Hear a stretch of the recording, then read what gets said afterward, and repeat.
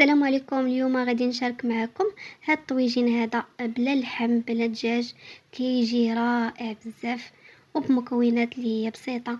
الا جربتوه غيولي معتمد عندكم، لانه بصح كيجي زوين بنين وكيجي مختلف. ممكن ديروه هكا الغدا او للعشاء، المهم كينفعكم. يعني الا ما كانش متوفر عندكم اللحم او لا ما بغيتوش تاكلوه، هاد الطاجين هذا كيجي زوين بزاف. كنصحكم انكم تجربوه وان شاء الله غادي ينال الاعجاب ديالكم. تبعوا معايا الطريقه، راه سهله ديال الطاجين هذا. عندي طاجين اللي ضفت له الزيت، ممكن نضيفوا زيت زيتون او زيت المائده.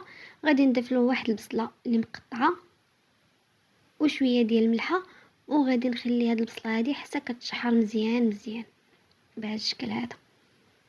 صافي من بعد ما تشحرت البصله غادي نضيف ليها الدنجال اللي مقطع. الدنجال غادي نحيد له القشره الفوقانيه وغادي نقطعو مربعات صغيره، يعني كل ما قطعتوه هكا مربعات صغيره غادي يطيب لكم بالزربه بهذا الشكل هذا. صافي غادي نضيف على هاد البصله ونحرك كلشي مزيان، وغادي نسد عليه ونخليه حتى كيطيب هاد الدنجال حتى هو. انا دائما كنشارك معكم، يعني كطيبوا كل حاجه بوحدها كتجي الماكله هكا بنينه. هنا الدنجال تقريبا قرب يطيب. صافي غادي نضيف له واحد جوج حبات ديال المطيشه اللي محكوكين مع الثومه.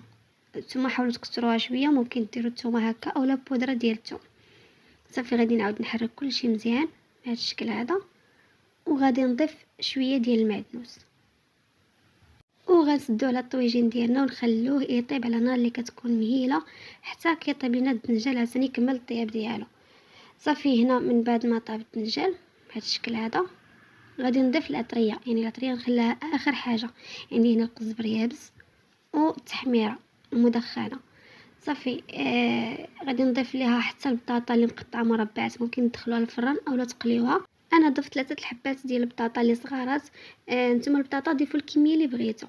صافي غادي نضيف كاخر حاجه شويه ديال الكمون هكا من الفوق، وغادي نسد على الطويجين ديالنا غير بين ما صهدات هذيك العطريه اللي ضفنا في الاخر، غير بين ما سخنات شويه وصافي. وهنا كما كتلاحظوا صافي هذيك البطاطا شربات لينا مع العطريه مع الدنجال، يعني ندمج المكونات مع بعضياتهم. غادي نضيف واحد العلبه ديال الطون غير ديال الزيت، علبه صغيره ديال الطون. يعني نتوما ممكن تضيفوا 2 علب 3 اللي بغيتو نتوما. انا ضفت غير علبه واحده بهذا الشكل هذا. غادي نوزعها على الطاجين كامل. كما كتلاحظوا كتعطي واحد الفرق في المذاق، يعني كيجي هاد الطاجين هذا زوين بزاف بنين. ملي غادي تجربوه غتعرفوني علاش كنتكلم. غيولي معتمد عندكم مره في الاسبوع. هاد الخليط بين الدنجال مع البطاطا مع الطون تيجي رائع بزاف.